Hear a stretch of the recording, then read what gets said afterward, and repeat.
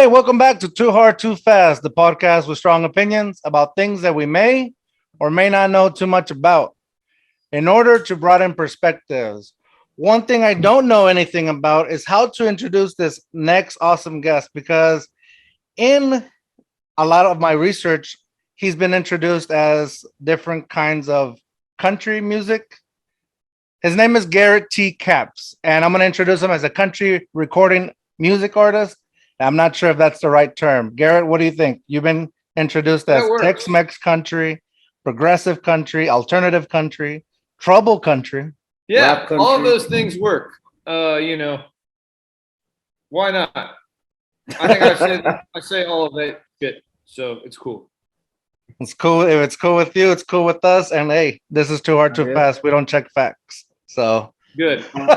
Let's sit back, buckle up. Let's go. Too hard, too fast. Boom. All right. Welcome back. Welcome back. Welcome to Too Hard, Too Fast. Too hard, too fast. Too hard, too fast. Too hard, too fast. Welcome to Too Hard, Too Fast. I like Austin, but I love San Antone. Welcome back to Too Hard, Too Fast. My name is Garrett T. Caps. Let's rock. Let's drink some beer. But I love San Antone. The podcast of the century. Right. All right. First off, right off the bat, first thing we want to know is what are you drinking? Ooh, I'm drinking a water and I'm drinking a kombucha. Kombucha. That gives you a little bit of a buzz, so that sounds right. I mean, it should. I don't know. Cool. I'm trying to be cool. I heard that you're cool if you drink kombucha. I heard that's what they drink in Austin, though. Woo! I'm going to Austin tonight. I'm getting ready. You're getting ready for Austin. You have a show tonight? I have a show tonight. Nice. Well, thanks for doing this with us before the show. Yeah, totally. So, before we get started, I want to know what kind of kombucha that is, and can you buy it in normal stores like a local HEB? If it's too Austin-y, it's too Austin-y. I got it from Central Market. No, I don't think you can get it at a normal this kind. It's in Austin. I think this is made in Austin. Fair enough. It's not even worth talking about anymore, to be honest. All right, then I won't bring it back up. But in true San Antonio fashion, I brought some San Antonio beer for us, or for me, because I'm over here. But I brought a 5-pack. Oh, nice. Keeping cool. it San Antone. What kind is it? What kind is it? So I went to the store looking to see like what would match like you coming on being a country music singer. So I went with Viva. Yeah. Right San on. Antonio Brewery. Viva Los Muertos. And it's got this guy right here singing and dancing. So I feel like this totally goes with Garrett T. Caps. Hell yeah. Born in San Antonio. A little bit, dude. So what we usually do is we try to taste and do a review. And this is the first time. Well, actually, it's not the first time. I started drinking it earlier. Little pre-gaming. But it's a nice dark lager. And we try to do reviews from 1.0 to 2. I will give this a 1.68. It's really tasty. It's a good price. I will definitely buy this again. The alcohol content is 5.1. So it's a little low for Too Hard, Too Fast. But it's good. Dark lager, you said. Dark. It's a dark lager. Yep. Dark lager. Cool. Life of the party. Wormsers, what are you drinking? Well, let me just tell everyone right now, I'm at the armpit of Texas, what some call. I'm in El Paso, but it's my hometown, so I love it. I couldn't get nothing local San Antonio though, but I'm drinking my favorite Samuel Adams Oktoberfest while I still can. So that's right. So, hey, and I just wear a mask just out of courtesy. Once no one's wearing a mask, I just take it off. So that way I can drink. Just for the funds. Sometimes he'll drink through the mask too.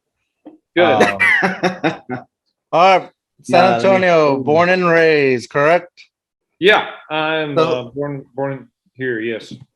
Nice. So one thing we ask is, what high school did you go to? You know, that's everybody from San Antonio wants to know. I know. It's annoying. That's right. I'm a suburban guy. I grew up on the north side.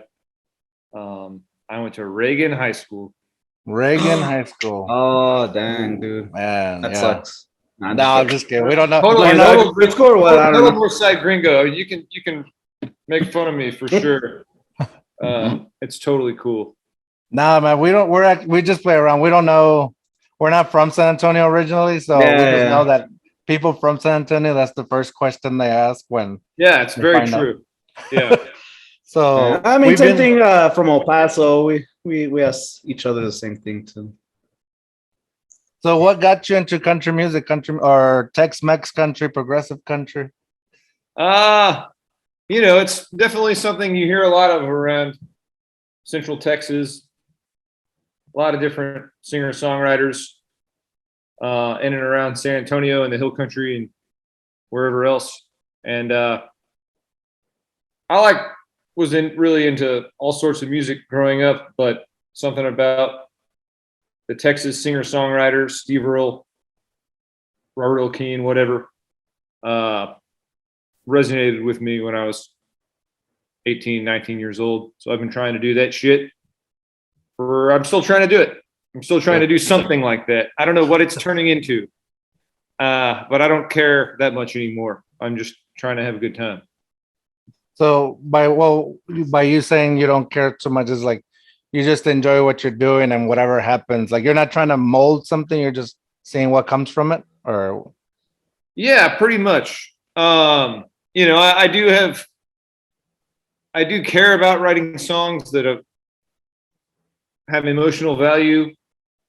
But when I go on the internet to advertise something or to do anything on social media, I think I realized recently that if it doesn't make me laugh, because the internet is so ridiculously absurd and like being addicted to like Instagram and shit, and what goes on the internet is so weird that if I'm not doing something that makes myself laugh when I post something on the internet, then I shouldn't be on it. So you're saying if whatever your content is, if you're not laughing at it, you don't want to put it out. Yeah, I mean, it's like my internet joke. It's like, shameless self-promotion is not like, I'm pretty introverted.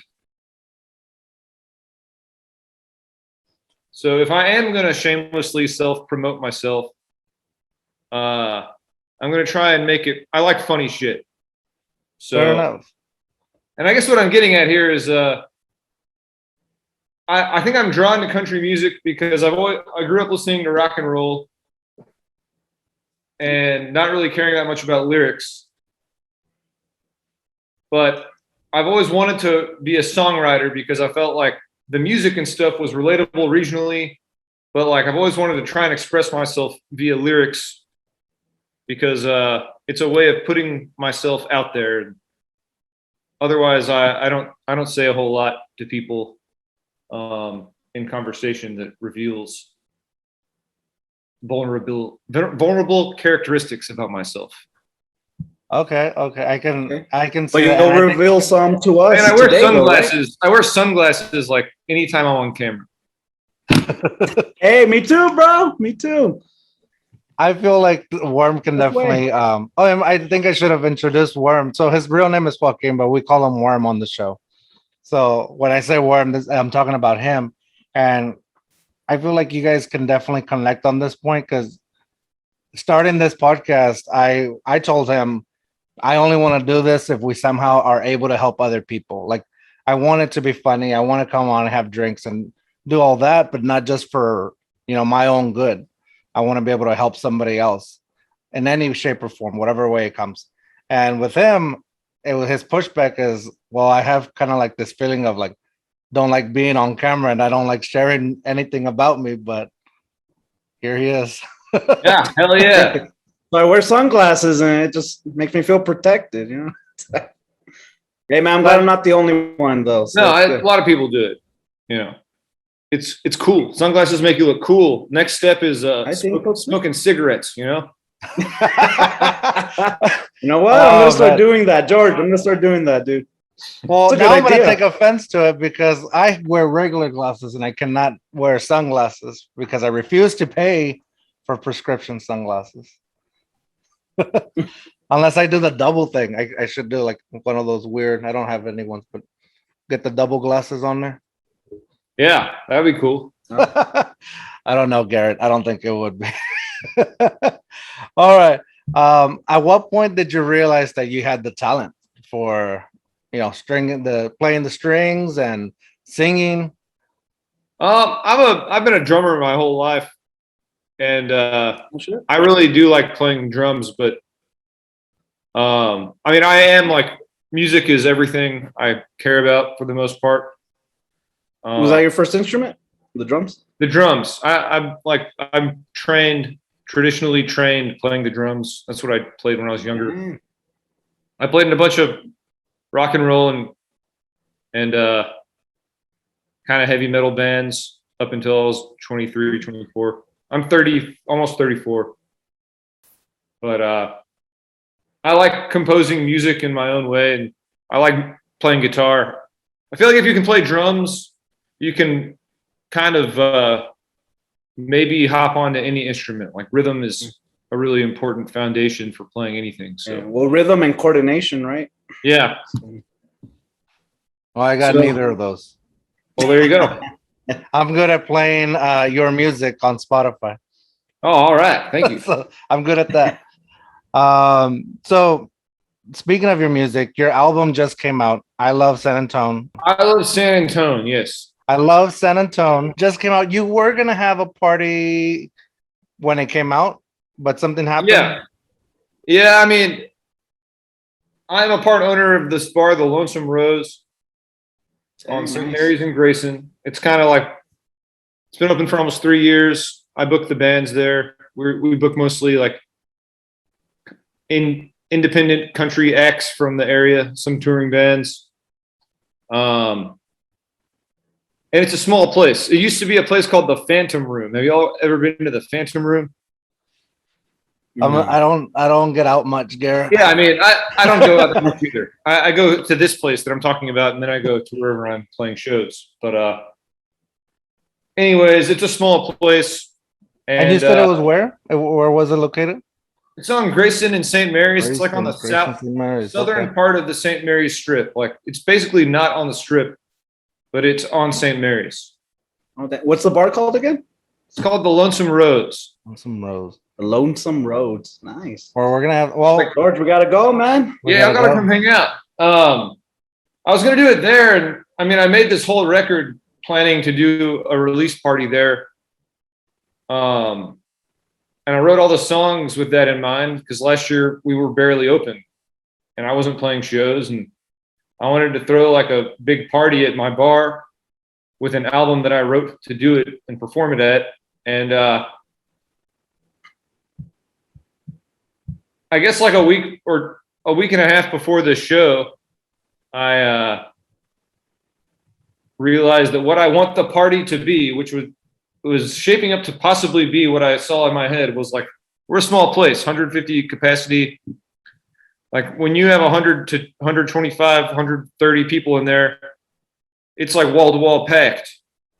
And that's cool. That's what I wanted it to be. But I realized that that is not like a fun scenario right now.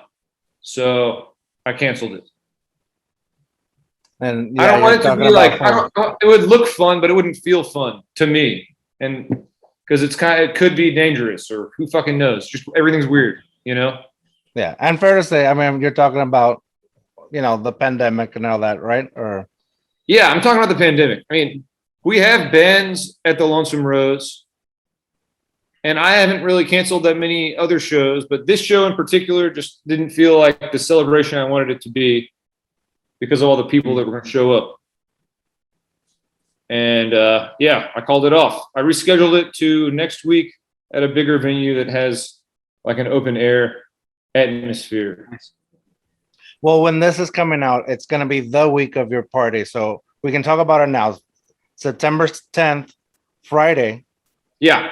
Your album Fiesta, or Album Release Fiesta. It's at the Paper Tiger. Yeah, it's at Paper Tiger. We're gonna do it in the main room. Plenty of room to spread out. Mitch Webb and Madeline Victoria and Santiago Jimenez Jr. are all gonna play. It's gonna be free. cheap beer. Are you gonna have the? Are you gonna? I'm assuming if Santiago's gonna be there, you're gonna do the song Margarita. Oh yeah, totally. Oh man, one of my favorites. I was literally. I should say that I was going down. I was like, what if he asked what is one of my favorite from his music? I don't know if he would or not. But one of my favorite songs from the album. And I was starting to write down songs, and I was like, oh fuck, I'm writing every single song down on here. But Margarita, it kind of like it threw me off because I should say that when I first saw you, since we talked about the pandemic, when I first saw you was my first concert since everything shut down. And I went. My sister invited me to go watch Randy Rogers and Wade. Oh wow! Yeah, and so I Nice. came out, and I was doing this whole like sober break. So I was like completely sober, and everybody around me was drinking, and I was like, totally. cool, like whatever, it's cool. But I was getting like this anxiety of just so many people, but not even worried about this whole pandemic stuff. Like I wasn't like thinking about that. It was just like, dang, I haven't been surrounded by people like this in a while. Yeah. So then you start always playing, and I was like, whoa, I've never heard this guy. This is good. I like it. And I was getting into it. And then you play this one song, Born in San Antonio, or San Antone again. See, I messed it up again. Yeah. Born in San Antone. I was born in San Antone. I guess that's why I'm a pinche gringo. I was born in San Antone. And at the end, you just start like going off with different like Mexican dishes.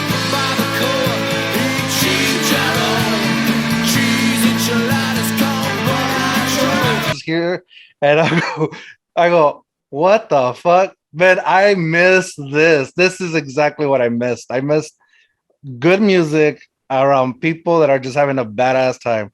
And so I was like, I need to figure out who this guy is and listen. That's awesome, to it man. more, man. Yeah, I'm glad you were there. And I played 3 shows with Randy Rogers and Wade Bowen that weekend.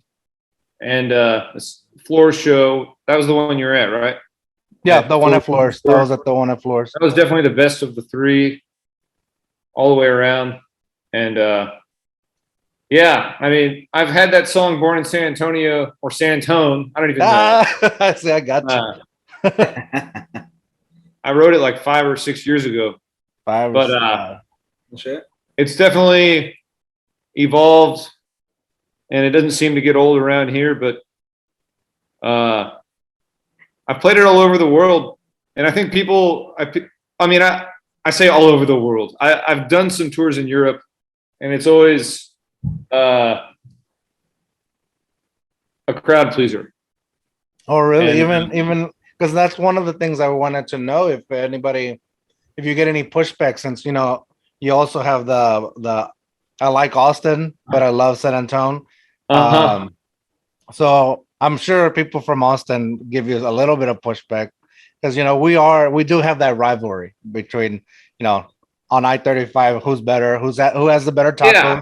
I mean, in reality, like I have so many musical friends and just friends that live in or around Austin. It's like my other home base. So that's kind of like the reason I wrote this song. Because I mean, the alt country or indie country scene or whatever you want to fucking call it in Austin is like the only kind. It's like one of the only big scenes in like the whole world. So for that kind of thing, for something kind of like what I do. So I've been traveling up there for 4 or 5 years, and playing shows with bands, like-minded bands. It's kind of how my bar, the Lonesome Rose, came to fruition, because all those bands started asking me to play down here. But what happened was when I wrote Born in San Antone, I didn't really want to ever think of, I wasn't really gigging that much outside of San Antonio, but I knew that when I left San Antonio to play a show, I probably didn't want to play that song because it felt like something only people from around here would like. But as I started playing it outside of town, that's when things started really changing for me in some ways. and the song took on a whole new meaning because it seems like people like hearing other people being passionate about where they're from. And also, the word like San Antone in particular, like saying it like that is used like immensely in country music. Like it's probably one of the most talked about cities in all of country music. Older country music in particular, you know, like Johnny Cash's famous song where he talks about San Antone. But there aren't that many people that, you know, that are playing country music that are from here that talk about it a lot. So I became the San Antonio guy. And it's kind of like ridiculous, but I kind of just own it. And it's like all my songs on Spotify, my most popular songs, I'll say San Antonio, and I'm like, shit, I am the San Antonio guy. But that's not bad. I mean, you know, people from San Antonio really love to promote their own people. Like they really, you know, they go ride or die for the people that are bringing up the community. Yeah, totally. And yeah, I love that. I mean, I love San Antonio, so all is cool. Well, see, my connection for here in San Antonio, when I was growing up, I am from a border town, Eagle Pass, and the most I ever saw from San Antonio was either field trips from school or as we drove past it on I-35 to go to Austin, because my grandparents lived in Austin, so I did a lot of growing up in Austin. So I have and now people from San Antonio give me a lot of grief for why I have so much love for Austin. I'm like, well, I grew up there. I spent a lot of my youth there, but it is a lot different from what I remember it. And also I truly do love San Antonio as well now that I live here. So when I was listening to your music and the Austin San Antonio one, I was like, dang, I wonder, but if anybody really like, I mean, that rivalry, you know. The song itself, it uses like kind of the Doug. Y'all know about Doug Somm, Texas Tornadoes. He's like Doug Somm was like Texas Tornadoes. I sounds familiar, but Doug Somm is like San Antonio's big kind of rock star guy. Like he had a band in the '60s called the Sir Douglas Quintet. They had a hit called "She's About a Mover," and his career, he turned into like this. He moved to San Francisco, was part of the whole Grateful Dead scene and shit like that. And then like he kind of moved back to San Antonio, but started going up to Austin all the time. This was in the '70s, because that's when Austin kind of turned into the Austin that we hear about, like the country hippie, the hipster stuff, the college town mecca. Yeah. That has outgrown itself at this point. But he was kind of like that. My song, I like Austin, but I love San Antone. Like the verses are pretty much based on like how he was like one of the coolest guys around, a rock star of some kind. He would always rep San Antonio, but he'd go up to Austin because that's where all like, you know, it's kind of like a branch of the San Francisco scene at the time. But he'd come back to San Antonio where like no one gives a shit about counterculture and you can't smoke weed like anywhere, but like there's a charm about like the down home South Texas historical culture that this city has. And that's what that song's about. Plus, it's also about kind of driving it in that like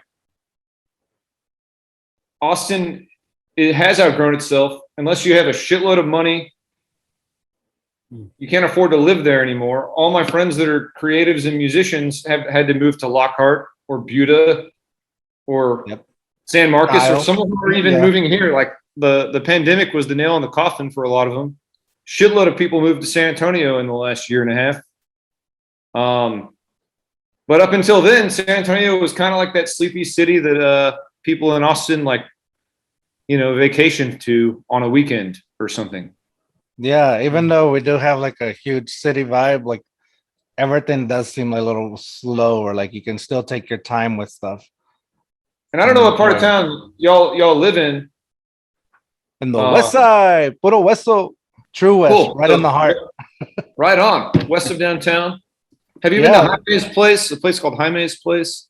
Yes, yes, I was there not too long ago, and met up with the owner. He's so cool. Jaime, yeah, he's a nice guy.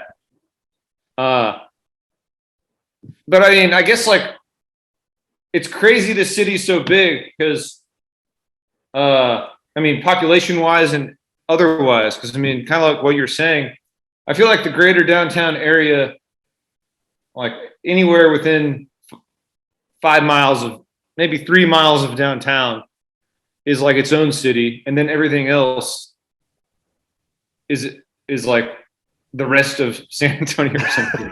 I don't know. I don't know. When I come back to town, I never really leave outside of Loop 410.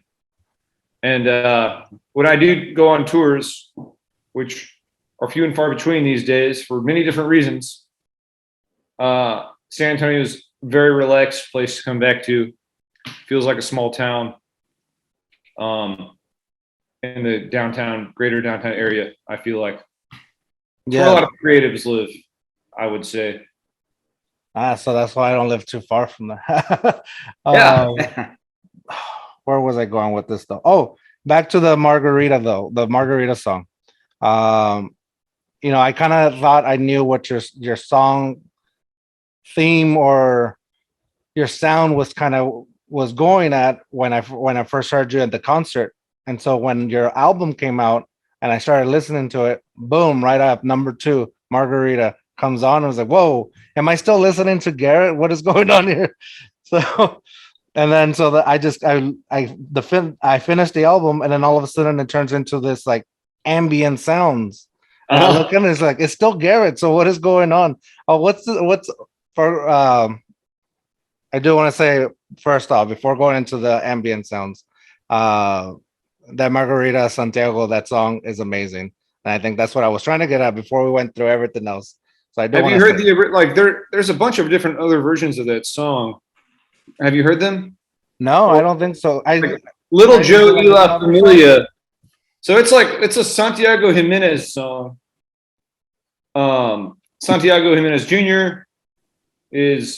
and Flaco Jimenez, or Santiago Jimenez's sons, that are the primary, most well-known sons that play accordion, conjunto accordion.